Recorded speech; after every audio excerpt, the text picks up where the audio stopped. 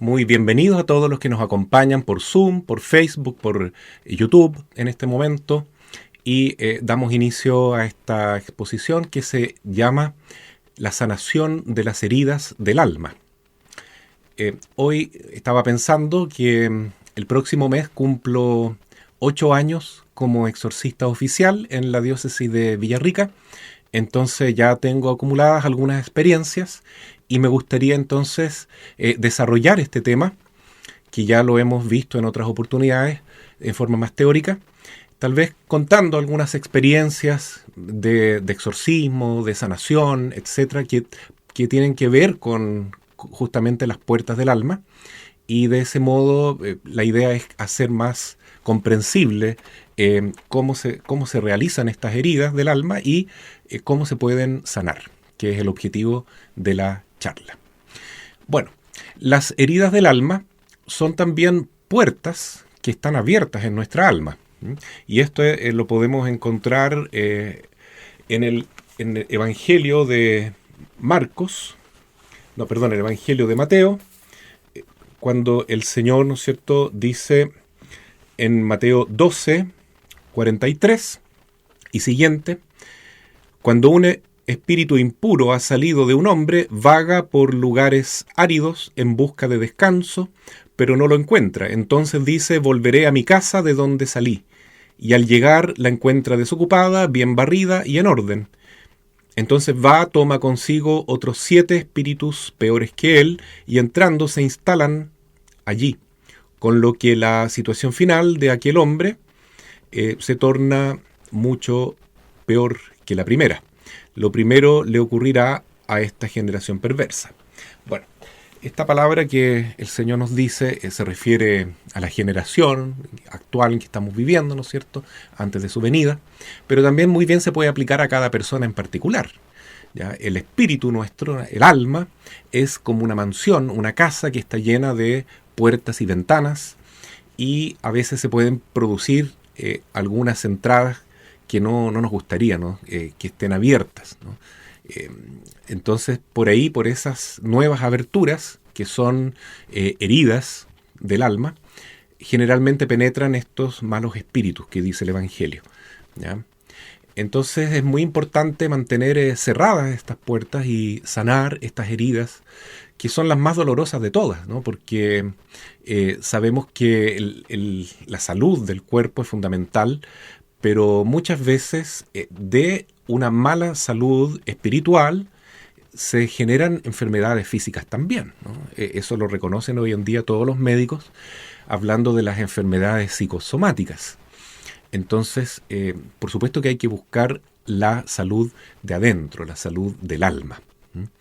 Y esa salud Jesús solamente la puede otorgar. Nosotros trabajamos en el exorcismo con psicólogos, con psiquiatras, con neurólogos, pero muchos de estos psicólogos y psiquiatras católicos reconocen claramente que la única sanación verdadera que puede haber de una situación de trauma, por ejemplo, del alma, la puede dar Jesús.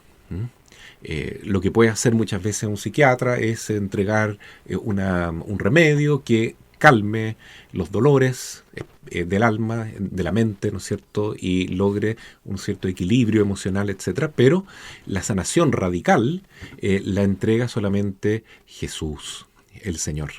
Ya, eso lo encontramos en Mateo capítulo 16, cuando el Señor envía a sus apóstoles y les manda que vayan a todo el mundo a evangelizar, y al mismo tiempo les dice que sanen enfermos en su nombre y expulsen demonios en su nombre. Entonces es realmente esa herida del alma principalmente la que el Señor quiere que sanemos en la iglesia. Ese es el ambiente mejor donde podemos sanar las heridas del alma. Vamos a ver que son 6 puertas las que hay que procurar mantener cerradas.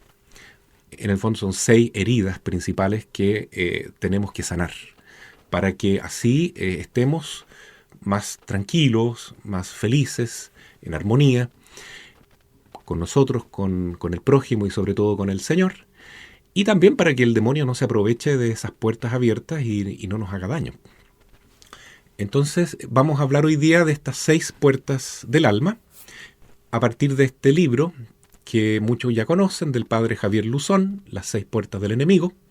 ¿Ya? Es una exposición muy buena y yo he estado trabajando con esta sabiduría que nos ha dejado el padre Javier, junto también con las oraciones que están al final de este libro, durante estos 8 años. Y ha sido realmente muy, muy bueno, muy satisfactorio ver cómo es tan efectiva esta forma, ¿no es cierto?, de procurar la salvación del alma. Aquí el padre Javier muestra que el exorcismo es una larga tradición en la Iglesia, por supuesto, desde que Jesús envía a sus apóstoles a expulsar demonios y a sanar enfermos, hasta los días de hoy. Y sin embargo, de un tiempo a esta parte no se habla mucho en ambientes de iglesia de exorcismo, ni menos del demonio, ¿ya? Explica el padre Javier, una suerte de racionalismo que ha entrado en los últimos años o siglos, que hace que queramos ser una iglesia tal vez como más moderna y no hablar de estas cosas tan tétricas como el demonio, etcétera. Y así muchas veces vemos que no se habla de estos temas, y sin embargo es algo tan importante porque es algo de nuestro día a día. ¿Ya? El apóstol Pedro en su primera carta dice: vigilen y oren, porque el demonio anda como un león rugiente buscando a quien devorar, ¿no? Él nunca se cansa de trabajar, y si encuentra una puerta abierta, como dice Jesús, va a entrar e incluso puede traer 7 espíritus peores y entrar. Entonces es muy importante que nosotros tengamos en cuenta esto y tratemos de sanar estas heridas. ¿Cuáles son las puertas del alma? Las voy a nombrar primero en orden de la más importante, la más grave, hasta la menos grave, la menos importante, pero el orden de explicación va a ser inverso y después les voy a explicar por qué.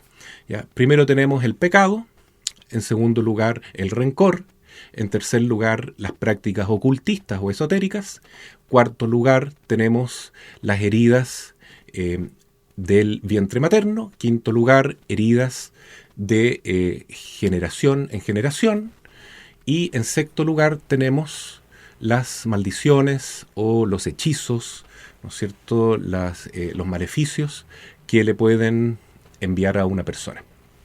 Ya, esas son las 6 puertas que pueden herir nuestra alma, que deberían estar cerradas. ¿Por qué voy a explicar eso al contrario? Porque pienso que es más pedagógico ir mostrando las puertas o las heridas que son menos influyentes en que el enemigo tenga alguna capacidad de hacernos daño. Y de ahí vamos viendo las más importantes, ¿no? Lo que yo quiero plantear acá no es algo científico, es una mera opinión mía como exorcista, después de esta práctica de 8 años, y digamos así que es una aproximación solamente, ¿ya? Lo que quiero decir, ¿ya? Porque voy a hablar de números, ¿no? Entonces ahí alguien se puede confundir, decir, el padre está intentando hacer ciencia con esto. No, es simplemente a modo de opinión subjetiva, pero creo que sí tengo una base en la experiencia, ¿no? en lo que yo voy a plantear. Bueno, en primer lugar, veamos la puerta del maleficio. ¿Qué ocurre cuando alguien recibe un maleficio o es sometido a una hechicería? ¿Ya? Que eso puede hacer daño, puede penetrar nuestra alma, ¿no es cierto? Y el demonio puede entonces hacer de las suyas cuando alguien está sometido a una acción de brujería. ¿Ya? Yo le doy a esa puerta o a esa herida un valor de 5%. 5% solamente. ¿Ya? Si bien puede causar mucho miedo esto, ¿no es cierto?, de que nos hagan una brujería, pero resulta lo siguiente, y es que si una persona está sellada con la sangre de Cristo, si tiene la armadura de la fe que plantea San Pablo en la carta a los Efesios, capítulo 6, resulta que todos esos maleficios o todas esas brujerías rebotan, no penetran, no pueden hacerle daño a una persona. La primera vez que tuve contacto con este tema de la brujería fue en Brasil, porque nosotros partimos a misionar con algunos hermanos del Oratorio Mariano en el año 1999. Vivimos en un ambiente, un sector que estaba rodeado de brujos que practicaban magia afro-brasilera, y veíamos las cosas mágicas que ellos hacían en las esquinas de las calles, y sabíamos perfectamente que había muchas casas donde vivían brujos que practicaban eso. Y a veces llegaban estos brujos a nuestra casa y nos decían: necesitamos que ustedes nos eliminen este maleficio que hemos recibido. ¿Y de qué me está hablando?, decíamos nosotros, ¿no?, con los demás hermanos. Primero que nada, no teníamos formación todavía en temas de exorcismo, ni menos de brujería. Así es que no teníamos cómo ayudarles tampoco. Y nos explicaban, decían: es que nosotros les lanzamos a ustedes una brujería para hacerles daño, para que se murieran, y nos rebotó a nosotros. Lo mismo que les dedicamos a ustedes, llegó de vuelta. Entonces, nosotros decíamos: bueno, cuánto los sentimos, pero la verdad es que no sabemos cómo ayudarles. Podemos rezar por ustedes. A veces les dábamos una Biblia a estas personas que eran brujos. Y supimos por ahí también que más de algunos de ellos murieron por causa de estas brujerías que nos enviaron a nosotros y que no nos hicieron ningún daño, pero que les rebotó a ellos. Entonces ahí sacamos la conclusión que si estamos sellados con la sangre de Cristo, si estamos con la ayuda del Espíritu Santo, si estamos con las puertas cerradas del alma, no tenemos nada que temer a ningún maleficio que podamos sufrir. Junto con esta puerta del maleficio, yo pienso que también hay que hablar hoy en día de las personas tóxicas que nos rodean, ¿no? Hay que tratar de evitar las personas tóxicas que transmiten una vivencia tan negativa, de odiosidad, de hablar mal de los demás, de violencia, de todo tipo de sentimientos negativos. Entonces, estas personas a veces hacen daño y hay que tratar de evitarlas, porque casi como funcionan como maleficios que nos están haciendo a nosotros, ¿no? O son personas que maldicen mucho, y esas maldiciones, sobre todo si son de parientes cercanos, pueden hacer mucho daño. Entonces, claramente es importante estar bien protegidos y tener, ojalá, el alma bien sanita y las puertas cerradas para que esto no ocurra, ¿no? Si tenemos que convivir con una persona que es tóxica, que transmite cosas del maligno, ¿ya? Y que tiene mucho pecado, que es una persona muy herida a su vez, esa persona puede canalizar cosas que son del mal, y necesitamos nosotros estar protegidos para que no nos haga daño, ¿ya? Bueno, esa es entonces una puerta que yo le asigno un 5% de importancia, porque si estamos protegidos, nada malo nos puede pasar. Ahora, si no estamos protegidos, si tenemos otras puertas abiertas, entonces sí puede ocurrir que un maleficio haga daño, ¿ya? Haga un daño grande, ¿no? Recuerdo la primera persona que me tocó ayudar, porque fui enviado por Monseñor Francisco Javier en el mes de junio en el año 2016. Era una persona que había quedado posesa justamente por una mala relación con su papá, con su progenitor paterno. No vivía con él, pero tenía una relación tan mala con él, y ahí estaba la principal razón de por qué el demonio entró en esa persona. Entonces, para que veamos, ¿no?, que realmente las relaciones tóxicas, cuando son dentro de la familia y cuando hay otras cosas también, otras situaciones agravantes, pueden provocar una influencia extraordinaria del demonio, al grado de una posesión diabólica, como fue el caso de esta persona, que era una mujer joven, ¿ya?, que presentaba unos síntomas terribles, ¿ya?, e inclusive en algún momento yo la vi levitando. Se ponía muy violenta también cuando entraba en ese trance. Cuando llegué por primera vez, la mamá me dijo: ¿por qué vino solo? Mi hija, cuando entra en este proceso, se pone muy violenta, puede tomar un objeto cortopunzante y hacerle daño a usted, padre. Me mostró también las puertas y el techo inclusive muy rasguñados. Entonces se producía este fenómeno preternatural de la levitación, o que ella podía trepar por las paredes como una fiera cuando estaba poseída por el demonio. Entonces, ¿y por qué? Porque probablemente la causa principal era la mala relación con su papá, y también algunos parientes que practicaban brujería, ¿ya?, o que tenían relación con lo oculto. Bueno, Esa es una puerta entonces que hay que sanar ya con oraciones, ojalá con un sacerdote exorcista, y después uno mismo puede hacer esas oraciones que están aquí en este librito para disminuir la fuerza del maleficio o anularlo completamente. ¿Mm?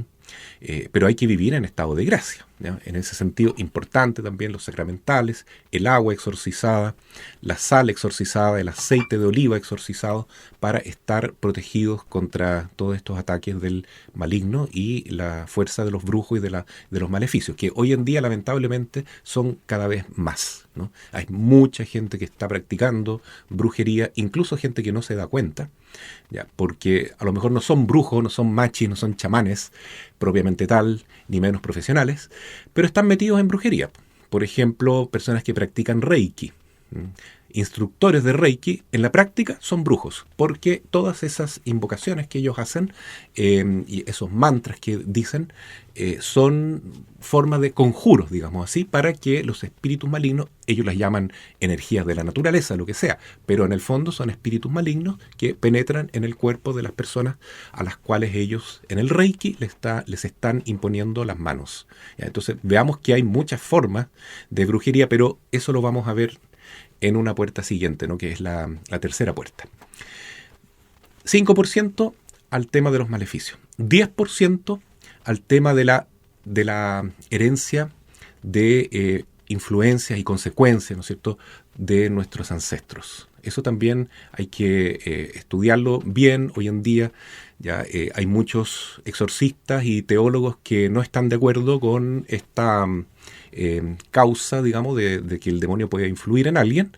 Dicen que cada persona que ya está bautizada, que ya está confesada, no tiene por qué recibir una influencia de sus ancestros, pero yo soy más bien de la idea del padre Javier Luzón, sigo la misma teoría que él, que sí puede haber una influencia de nuestros ancestros en nuestra vida, ¿ya?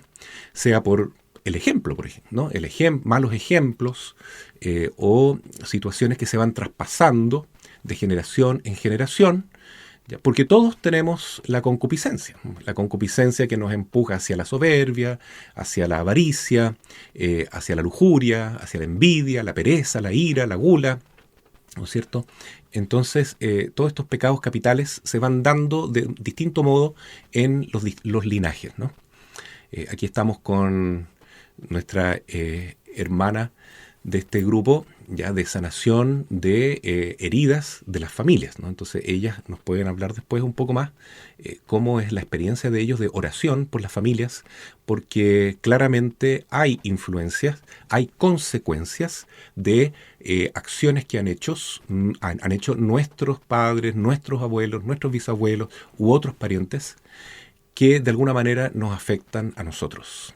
Entonces, no es que se traspase de generación en generación el pecado ni la culpa, eso está claro que no es así.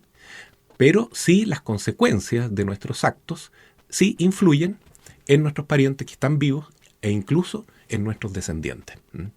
Y por tanto hay que hacer algunas oraciones que son muy efectivas, ¿no es cierto?, que ayudan mucho, de sanación intergeneracional, pidiendo que el Señor nos libre de esa acción demoníaca que va actuando, ¿no es cierto?, de generación en generación, ¿no? Hay espíritus malos que toman familias, toman linajes completos, que saben cuál es el defecto dominante en esa familia y los van atacando por ese lado, ¿no es cierto? Y lo peor es cuando en una familia a alguien se le ocurre hacer un pacto demoníaco o maldice a sus descendientes para obtener más poder del maligno, y entonces el demonio se siente con atribución de hacerle daño a los hijos y a los nietos de esa persona que hizo una alianza con el demonio. Entonces hay que estar atento a eso y hacer oración, rezar para que se anulen esas influencias intergeneracionales. Bueno, eso es importante porque si se bloquea completamente, nuestros hijos, nuestros descendientes ya no van a recibir esa acción. Además, en esas oraciones tan bonitas, uno reza por las almas de nuestros difuntos, ¿no?, de nuestros parientes. Y si ellos cometieron actos que de alguna manera influyeron en nosotros y nos hicieron daño, ¿ya?, porque todo acto tiene una consecuencia, toda acción tiene una reacción, ¿no? Y a veces esto va de generación en generación. Bueno, nosotros rezamos por ellos y los perdonamos, ¿no? Entonces, en estas oraciones hay mucho de eso también, orar por las almas que están en el purgatorio, las almas de nuestros parientes principalmente, para que ellos se sientan también perdonados por nosotros y que estamos pidiendo por ellos para que se acelere su purificación. Esa herida que es intergeneracional yo le asigno un 10% de importancia. Un 10%. Tal vez no es mucho, pero cuando uno va sumando las causas por las cuales una persona tiene una influencia extraordinaria del demonio, eso puede pesar un poco en la balanza, ¿no? Entonces también es necesario pensar en eso. Y aquí se ofrece en este libro estas oraciones, hay dos oraciones, una larga y una corta, para sanar de las heridas de que hemos heredado de nuestros ancestros. Bueno, yo le asigno un 15% a la puerta de heridas del vientre materno. Creo que eso también es importante, pero solo un 15%. ¿Ya? ¿Por qué? Porque vean ustedes que estas tres puertas, ¿no? Los maleficios, las consecuencias de nuestros ancestros en nuestra vida y la herida del vientre materno o de la infancia, de la adolescencia, muchas veces son situaciones en que nosotros somos víctimas de ellas, no somos los responsables directos y no tenemos ninguna culpa en el fondo de que esas puertas se hayan abierto, pero sin embargo están abiertas.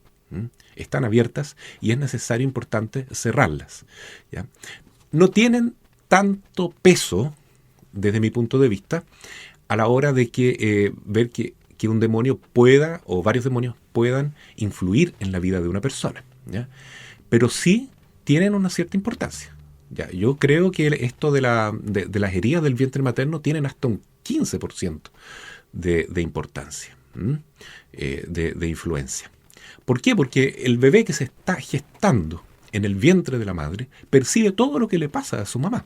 Si ella está enferma, o ella está enojada, o ella está pasando un momento traumático, o está con desentendimiento con su marido o su pareja, o está sufriendo una situación de abuso, o la guagua siente que no es bien recibida en este mundo, que no la quieren tener, ¿ya? O no aceptan su identidad sexual, es impresionante, pero eso influye en el alma de los gestantes.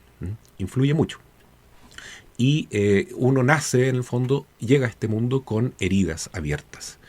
Esto ya lo reconocen muchos psicólogos incluso, ¿no? Que admiten que en esa etapa de la vida es muy, muy importante, ¿no es cierto?, que haya ojalá una gestación, un embarazo por parte de la madre, lo más tranquilo posible y desear con mucho cariño que nazca este bebé y aceptarlo tal como viene, como Dios lo manda, ¿no es cierto? Si es hombre o mujer, como Dios quiera, lo que Dios quiera, si viene sanito, si no viene sanito, no importa, hay que quererlo porque es una vida que Dios le regala a esta familia, ¿no? Entonces es importante eso, ¿no? Que la guagua pueda sentir mientras se va formando en el vientre materno que es amado, que es querido, que es aceptado. Esto tiene un 15% de importancia, según mi parecer, porque todas las personas que tienen influencia extraordinaria del demonio han tenido este problema en la gestación. Han tenido algún trauma, han tenido alguna herida, ¿no?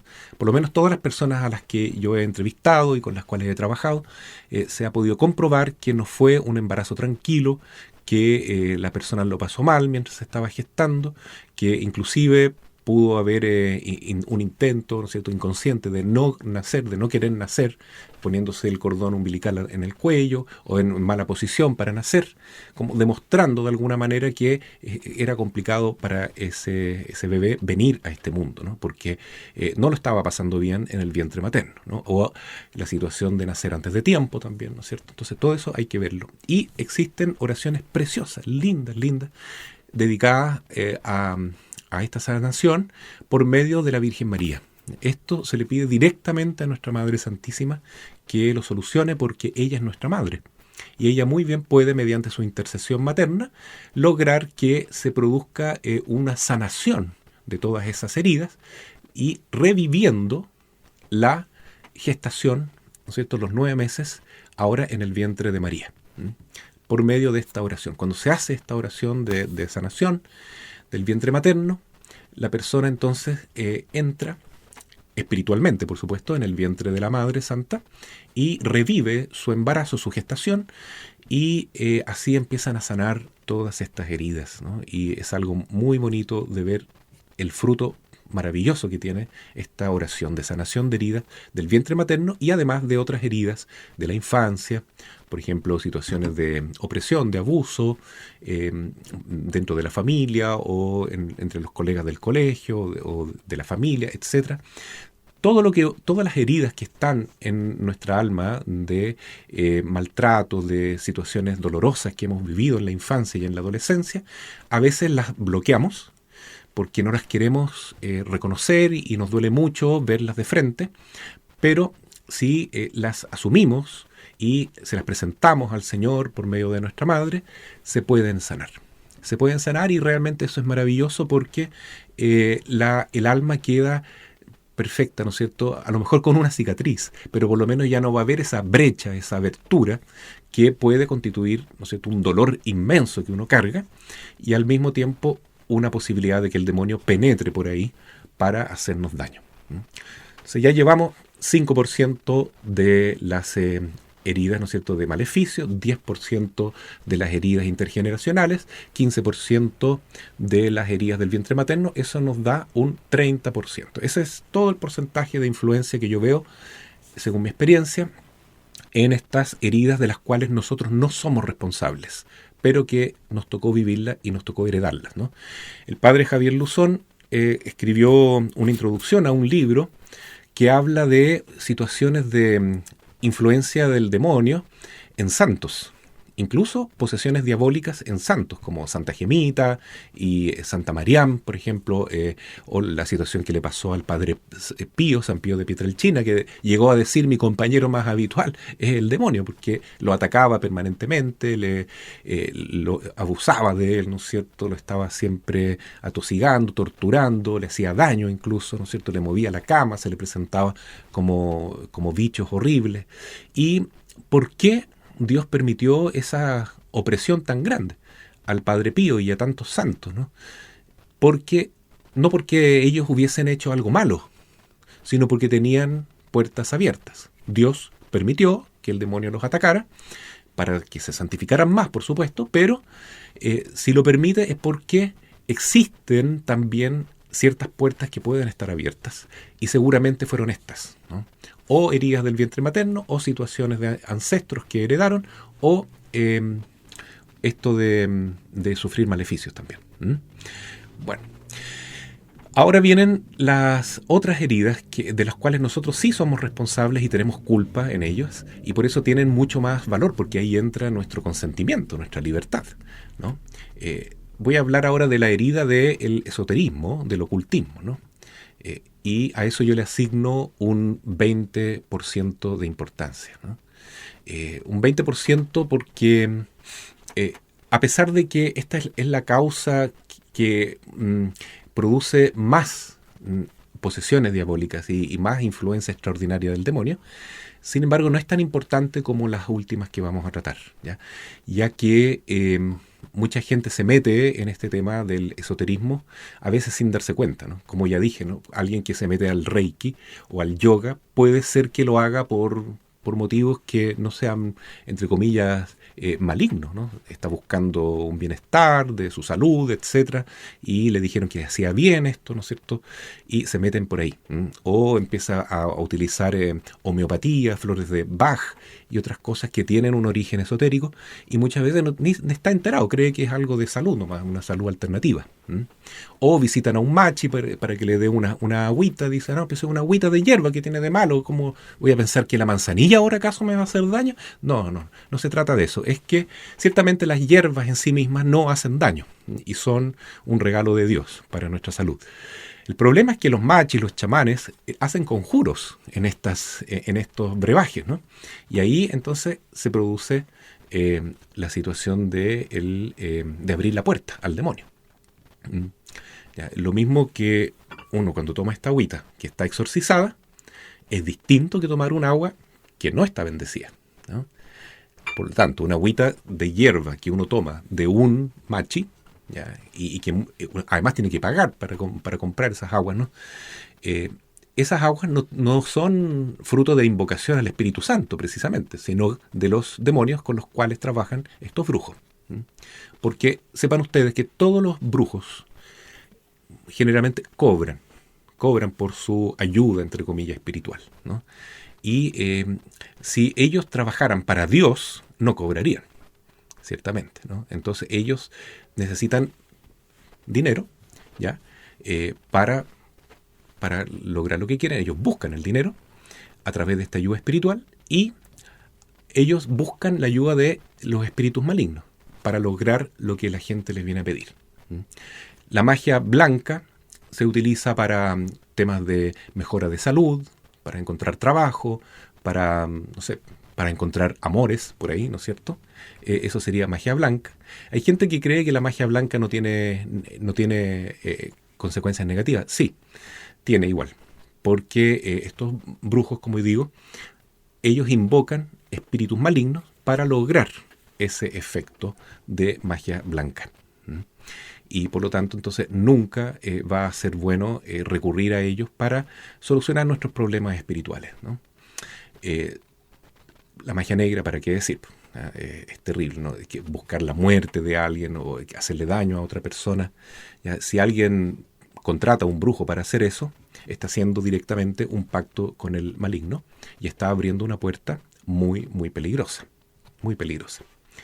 Entonces, bueno, todas las veces en que nos hemos metido en esto, a veces hasta por juego, ¿no? Hay niños que practican el péndulo, ¿no? El Charlie Charlie, otros hacen la ouija para llamar a los muertos, pero en el fondo están invocando a los demonios y están abriendo puertas en su alma. Y a lo mejor en ese momento no pasa nada, ¿no? Salvo la emoción que tuvieron del miedo, ese medio morboso, ese terror que sienten, etcétera, pero abrieron una puerta y puede ser que en el futuro el demonio se aproveche de esa puerta abierta para entrar a hacer daño en la vida de esa persona. Yo he hablado bastante hasta ahora de influencias extraordinarias del demonio. ¿Cuáles son estas, no?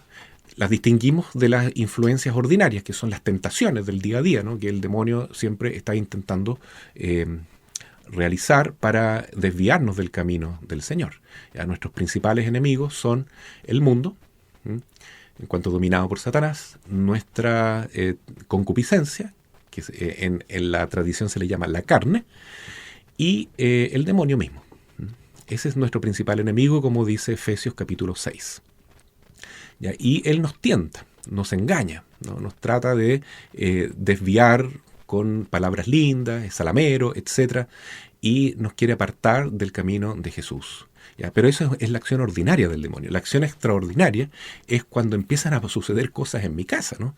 Cuando empiezan a producirse ruidos extraños, cuando empiezan a surgir bichos, mosquitos que no había visto nunca, arañas, lombrices, ratones, todo tipo de plagas, ¿no es cierto? Cuando se empiezan a morir las plantas, las mascotas, sin explicación, cuando hay estos ambientes así como fríos o sombras que aparecen. Entonces ahí uno dice, esa casa está infestada, prácticamente embrujada o está sometida a la influencia extraordinaria del demonio. Eso es una acción extraordinaria que es terrible, ¿ya? Pero no tanto como la opresión, porque en la opresión diabólica no es el ambiente externo el que está dañado, sino que es mi propio cuerpo, ¿ya? Y ahí el demonio las emprende contra nuestro sistema nervioso, ¿no? Entonces nos mete pensamientos obsesivos, ¿no es cierto? Por ejemplo, de duda, de suicidio, de lujuria, de ira, de odio, ¿ya? Y uno dice, ¿por qué? Yo no quiero pensar así, no quiero pensar de esta forma blasfema, no quiero estos pensamientos tan cochinos, tan depravados que se meten de repente. Yo no soy así, ¿ya? Y sin embargo, es una acción que está realizando el demonio, que es un ángel, un espíritu puro, ¿ya? Creado por Dios, no tiene un poder infinito, por tanto, pero si encuentra una puerta abierta en nuestra alma, entra y se comunica con nosotros, ¿no es cierto? Entra como un parásito espiritual y nos hace ese daño tremendo, ¿ya? Entonces, realmente es muy complicado entrar en la nueva era, entrar en la brujería, entrar en la magia, sea del tipo que sea, porque se abre esta puerta voluntariamente y produce un daño y un estrago terrible en la vida de uno y en la vida de nuestros seres queridos.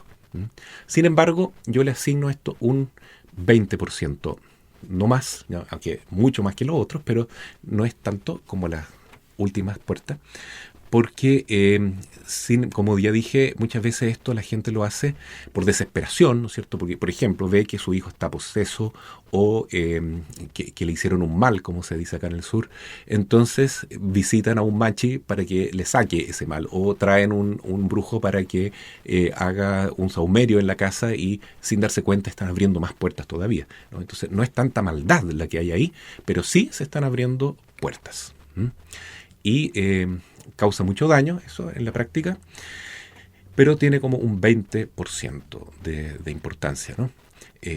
Cuando uno, como sacerdote, lleva un buen tiempo con una persona, ¿no es cierto?, que ha sido sometida varias veces a exorcismos, a distintos rituales, y se notan estas cosas, ¿no es cierto?, terribles, ya, de fenómenos que se dan en los exorcismos. Sin embargo, esas personas pueden estar en gracia de Dios. Es impresionante, ¿no? Son personas que a veces tienen misa diaria, rezan el rosario, están luchando para liberarse de esa influencia, pero están en gracia de Dios.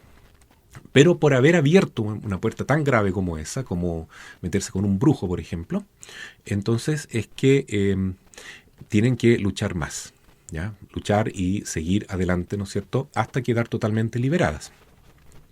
Pero mientras esté en gracia de Dios, eso es la verdadera liberación. Es la verdadera liberación, ¿no?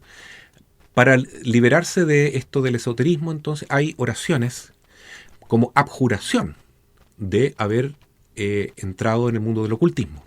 Y decir, nunca más, en el nombre de Jesús, renuncio a haberme metido en el magia, en yoga, en reiki, en lo que sea que ofende a Dios, ¿no es cierto?, y que me está haciendo tanto daño. Renuncio a todo eso. Reconozco que lo hice y me confieso, y delante de un sacerdote hago esa abjuración o esa renuncia formal. Y luego también hay otras oraciones que están aquí para disminuir esa influencia del espíritu de ruina que entra en la vida y también de otros espíritus que producen estos maleficios, ¿ya? Este daño espiritual tan grande. Quería contar el caso de una persona que una vez en un ritual ya me dijo, con una voz muy ronca, ¿no?, porque era el demonio que hablaba a través de ella, me dijo, cura, ¿quieres ver sangre? Y salió un vómito, una bocanada así de sangre impresionante de la boca, quedó lleno de sangre. Había un sacerdote que me acompañaba en ese momento, el padre Pablo, junto con otra religiosa, y el padre Pablo pensó que se había quebrado la nariz, porque antes esa persona había estado en el suelo revolcándose. Y no, era un maleficio de sangre, ¿ya? Y esa persona fue víctima de dos cosas principalmente. Primero, el abandono del padre. Ella nunca conoció a su papá. Y eso le produjo una herida muy grande en el alma. Tal vez ella también practicó algo de esoterismo y por ahí abrió puertas. Pero lo más grave fue que la persona que era la amante de su marido, ¿ya?, mandó a hacer esta brujería a esta mujer. Y le pidió al mismo marido que le llevara un pañito femenino de ella para que la bruja hiciera este maleficio. Y fue un maleficio de sangre, precisamente, ¿no? Por eso le salió tanta sangre de la boca, ¿ya? Y era un maleficio para que ella se muriera. ¿Cómo se supo esto? Porque después, ella le dice a su marido, tienes que elegir, te quedas con tu amante, te quedas conmigo, pero que sea de verdad. Y el marido eligió quedarse con ella. Y la buena noticia es que la amante del marido también se arrepintió de lo que había hecho y fue a hablar con esta mujer y le pidió perdón por haberse metido con su marido y por haberle mandado a hacer este maleficio de sangre con las condiciones que ya indiqué. Bastante vergonzoso decirlas, pero ya lo dije. Y entonces, ¿qué pasó? Que, ella la perdonó y perdonó a su marido.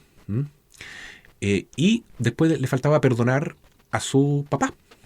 Entonces buscó por medio de la PDI dónde vivía el papá y lo conoció por primera vez, un señor que vivía más al norte de acá de donde vivimos nosotros.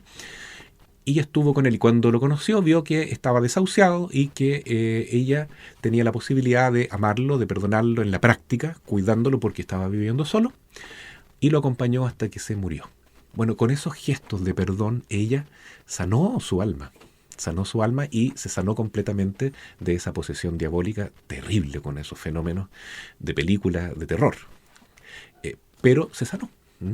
Y aquí entonces me valgo de este ejemplo para saltar a la quinta, ¿no es cierto?, situación, que es la segunda puerta, pero estamos yendo de atrás para adelante, que es la puerta del rencor. ¿Ya? Si esta mujer hubiese tenido odio, si no hubiera sido capaz de perdonar, nunca se hubiera liberado de ese demonio. ¿Ya? Entonces, realmente esto tiene un valor muy, muy grande, porque tiene que ver con el amor al prójimo. ¿Ya? Por eso yo le asigno una importancia de 22%, ¿no? Entonces, si uno suma ya todo el porcentaje que tenemos, llevamos el 72%, ¿no?, de las causas de la influencia extraordinaria del demonio. Y esta tiene un 22%. Es bastante, porque se refiere a la capacidad que tenemos nosotros de perdonar o de no perdonar al prójimo. Jesús dijo que Dios nos puede perdonar, por tanto nos puede sanar, en la medida que nosotros también perdonamos al prójimo. Cada vez que rezamos el Padre Nuestro decimos, perdona nuestras deudas como también nosotros perdonamos a nuestros deudores. Y Jesús aclara, justamente diciendo que si ustedes no perdonan, tampoco mi Padre los perdonará. Por tanto, todo sentimiento de rencor que empieza a horadar nuestra alma, o resentimiento, o esa herida de dolor por el daño que hemos recibido de alguien, o el daño que nos infligimos nosotros mismos, nos hace un gran daño, ¿no es cierto?, mayúsculo, y se constituye en una puerta abierta para el demonio también. Es triste vivir con esa situación, ¿no?, de rencor.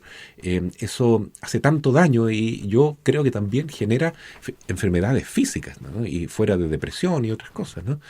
Pero existe esta otra gravedad, que es que justamente el maligno entra muchas veces a hacer daño porque no somos capaces de perdonar.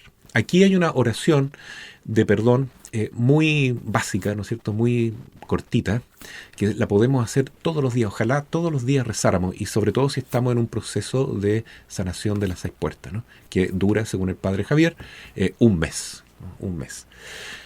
Y todos los días él propone rezar la oración del perdón, porque cuando nosotros perdonamos, aunque no tengamos ganas de perdonar, ¿no?, igual que Jesús, que estaba en la cruz diciendo perdónales, no saben lo que hacen, ¿no? No es que el perdón sea algo afectivo, emotivo, sensitivo, ¿ya? No es una emoción, es un acto de la voluntad.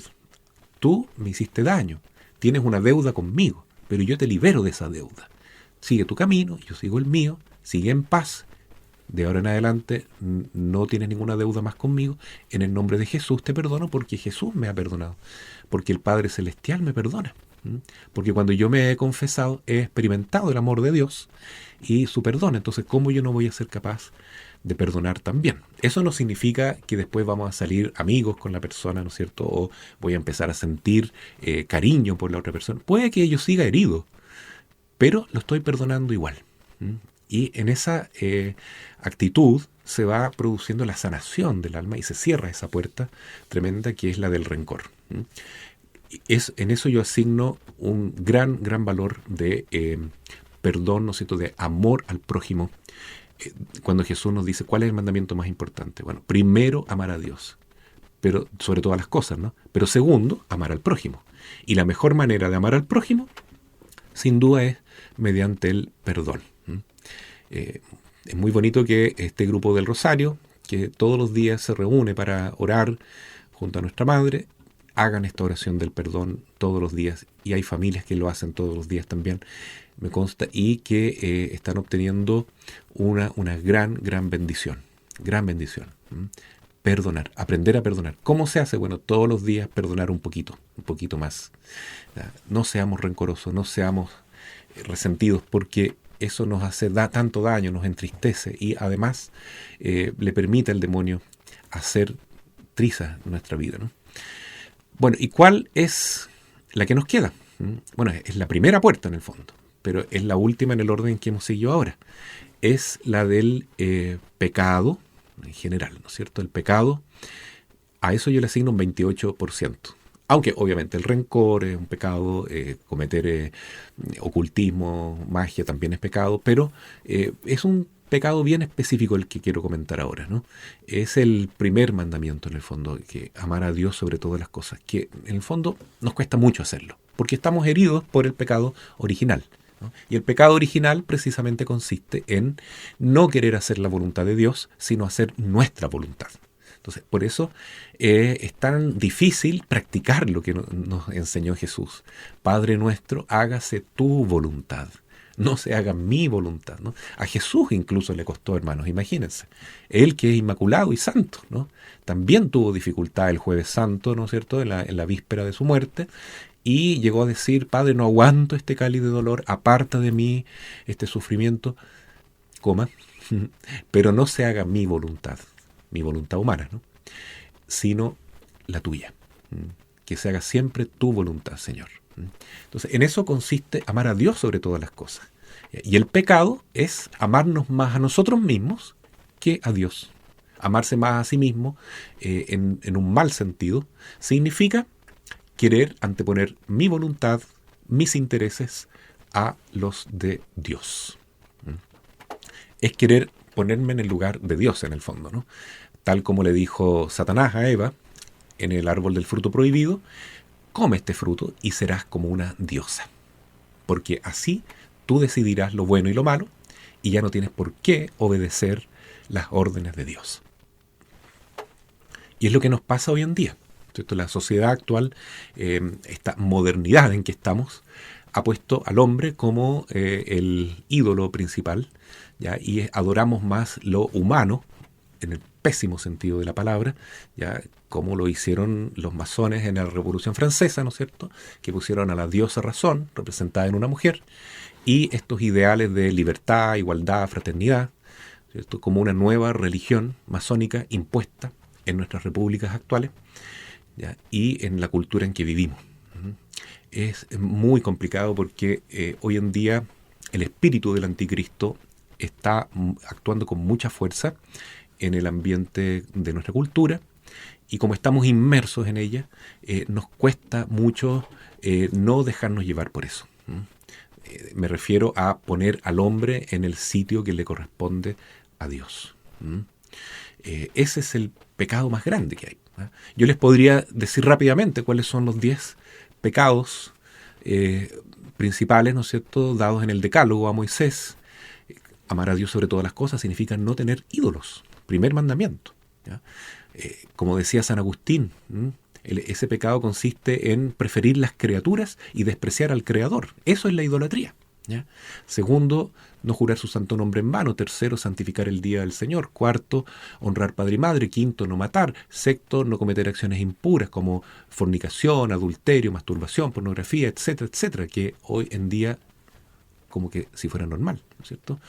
Sexto, no robar. Séptimo, no robar. Octavo, no mentir, no levantar falso testimonio. Noveno, no desear la mujer del prójimo o el hombre del prójimo, ¿ya? Es decir, no consentir con estos pensamientos y sentimientos impuros. Y décimo, no ser codicioso con los bienes ajenos, no ser avaro, no ser egoísta, no ser envidioso, etcétera. Entonces, esos son los 10 mandamientos. Cada vez que cometemos estos pecados voluntariamente, estamos abriendo puerta al demonio, ¿ya? Pero insisto en que el pecado principal es la egolatría, en el fondo, ¿no? Es poner nuestro ego, nuestro yo, como si fuera Dios y dejar al Señor en segundo o tercer lugar. ¿Esto cómo se sana? Bueno, la confesión, pero una verdadera confesión, ¿no es cierto?, con dolor del alma, con arrepentimiento, con propósito de enmienda, porque ¿qué sacamos con confesarnos sin querer cambiar de vida? Puede ayudar, pero vamos a seguir cayendo igual, ¿no? Entonces es importante convertirnos, es importante saber que hay que dar esta pelea contra el pecado mortal, contra el pecado venial, contra los afectos desordenados y estar siempre, siempre confesándonos. También, como dice nuestra madre, dando importancia a la Santa Misa, a la Eucaristía, la adoración al Santísimo, ¿no es cierto?, la Sagrada Escritura, conocer bien la palabra de Dios, importantísimo, hoy en día más que nunca, formarnos en la verdadera fe y en la verdadera doctrina de la Iglesia, ¿no? Hoy día el Evangelio decía: yo les enviaré el Espíritu Santo, dice el Señor, Él los llevará a la verdad total. Bueno, la verdad total ya está completamente en la Biblia, ¿no es cierto?, es la revelación pública en la cual ya está toda la verdad de fe contenida. Pero con el paso de los siglos, la Iglesia ha ido progresando, evolucionando, digamos así, en madurar esta verdad con el auxilio del Espíritu Santo. Por eso tenemos el magisterio, tenemos la tradición de la Iglesia, la enseñanza de los santos, de los doctores de la Iglesia, de los santos padres, de los papas, ¿no?, a lo largo de la historia, y todo eso está contenido en el catecismo de la Iglesia católica. Esto es muy importante porque hoy en día también se puede dar un falso magisterio de parte de algunos obispos y sacerdotes que han seguido líneas infiltradas, ¿no es cierto?, de masonería y de marxismo, como la teología de la liberación o la ética de la circunstancial esta, ¿no es cierto?, que son éticas relativistas o pensamientos totalmente modernistas condenados por el Papa San Pío X. Entonces, cada vez que venga alguna enseñanza, ya de donde venga, que contradiga lo que dice el catecismo de la Iglesia Católica, hay que discernir y decir: eso no, yo me quedo con lo que ha enseñado la Iglesia siempre. Por eso hay que formarse, hay que prepararse bien, hay que conocer bien la Biblia y conocer bien la enseñanza de la Iglesia, para no caer en el espíritu de error en que estamos hoy en día, porque, como dice la Virgen en diversas apariciones, muchos sacerdotes, doctores de la Iglesia actuales, ¿no es cierto?, que tienen la misión de guiar a las ovejas, las están llevando al infierno con sus malos ejemplos y sus malas enseñanzas, ¿no? Pongo, por ejemplo, esto de que los obispos de unos sectores de Alemania y de otros lados por ahí digan que está muy bien bendecir parejas homosexuales y casarlos incluso. Ya eso está totalmente reñido con la verdad de fe, con la ley natural, con la conciencia rectamente formada y con la enseñanza del catecismo, ¿no? Y lamentablemente el mismo catecismo nos dice en el número 675, que una de las pruebas más grandes que va a sufrir la Iglesia antes de la llegada del Anticristo, pero esto se va a ir dando de a poco, ¿no?, con precursores, ¿no es cierto?, se va a ir preparando ese camino, es la gran apostasía, que va a surgir dentro de los mismos miembros de la Iglesia. Siempre ha habido herejes, ¿no?, que han sido sacerdotes, obispos, etcétera, que han sido herejes, como Arrio, por ejemplo, que fue condenado en el año 325 en el Concilio de Nicea con la fuerza del teólogo San Atanasio. Y a lo largo de la historia así, ¿no es cierto? Pero ahora estamos en una época muy, muy fuerte, muy terrible, donde se está produciendo una gran apostasía, o se está preparando al menos, y así también la llegada del Anticristo. Digo todo esto porque hoy en día es más difícil que nunca, entonces, amar a Dios sobre todas las cosas, y no cometer este pecado de dejarnos seducir por la serpiente y por el espíritu del anticristo que domina hoy el mundo y algunos sectores también, lamentablemente, de nuestra iglesia, como en Alemania, por ejemplo, ¿no?, y otros lugares, ¿no?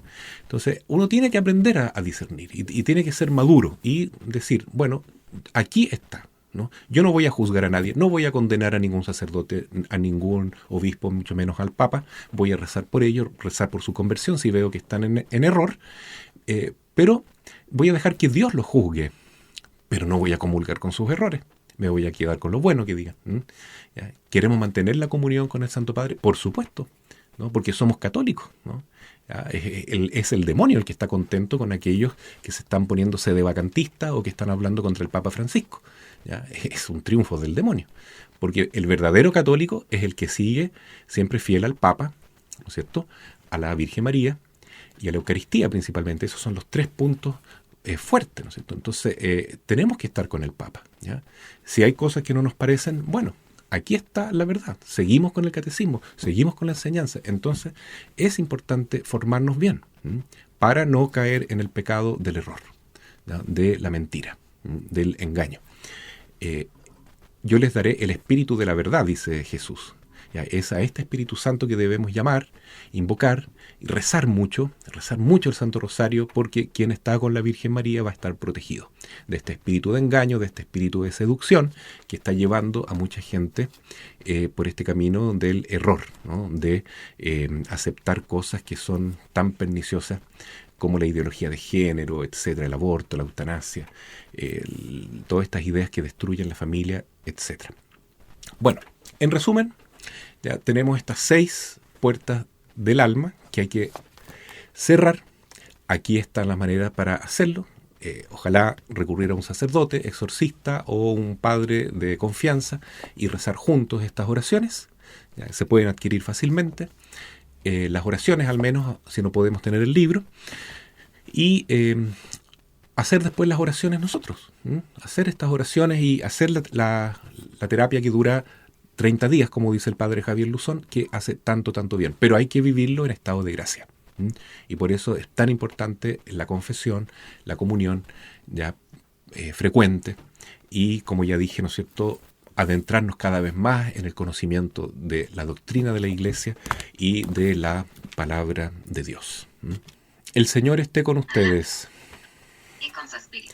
Por intercesión de nuestra Madre Santísima, de nuestro patrono San José, les bendiga Dios Todopoderoso y bueno, con la bendición de la salud para su cuerpo, su alma, su espíritu, sus familias, para que puedan vivir cotidianamente en gracia de Dios, llenos de fe, esperanza, amor, confianza en el Señor, y estén libres de toda influencia extraordinaria del demonio, por intercesión de San Miguel Arcángel y de su ángel custodio, en el nombre del Padre, y del Hijo, y del Espíritu Santo.